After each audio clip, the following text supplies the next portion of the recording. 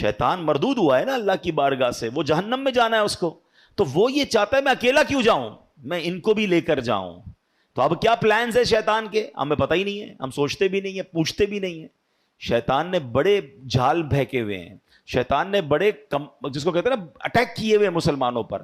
اب وہ کیا کرتا ہے، کامیڈی کے ذریعے، چٹکلوں کے ذریعے، لطیفوں کے ذریعے. آپ دیکھیں کامیڈی شو میں کیا ہو رہا ہوتا ہے، کبھی جناب اللہ کا مذاق، کبھی فرشتوں کا مذاق، کبھی جنت دوزخ کا مذاق ہے، معاذ اللہ.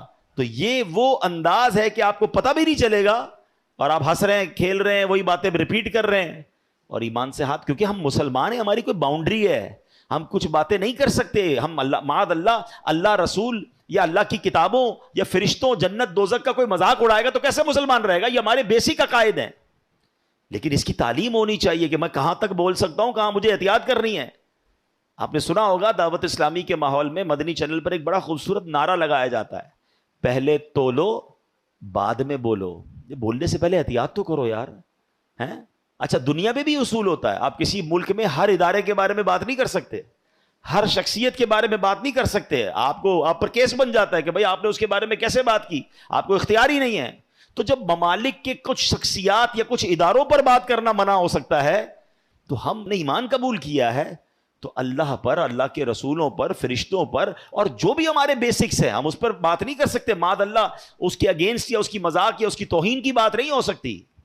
شیطان نے ایک اور کیا وار کیا مسلمانوں پر، گانے، فلمی گانوں میں کفریہ باتیں ڈال دی ہیں. کبھی کہہ رہا ہے سجدہ کرنا ہے، پوجا کرنی، پتہ نہیں کیا کیا فلمی گانے ایسے آ گئے. بتاتے ہیں لوگ کہ اس کے اندر، اور بچے گا رہے ہیں، نوجوان لڑکے لڑکیاں مزے لے لے کے گا رہے ہیں، سن رہے ہیں ان گانوں کو.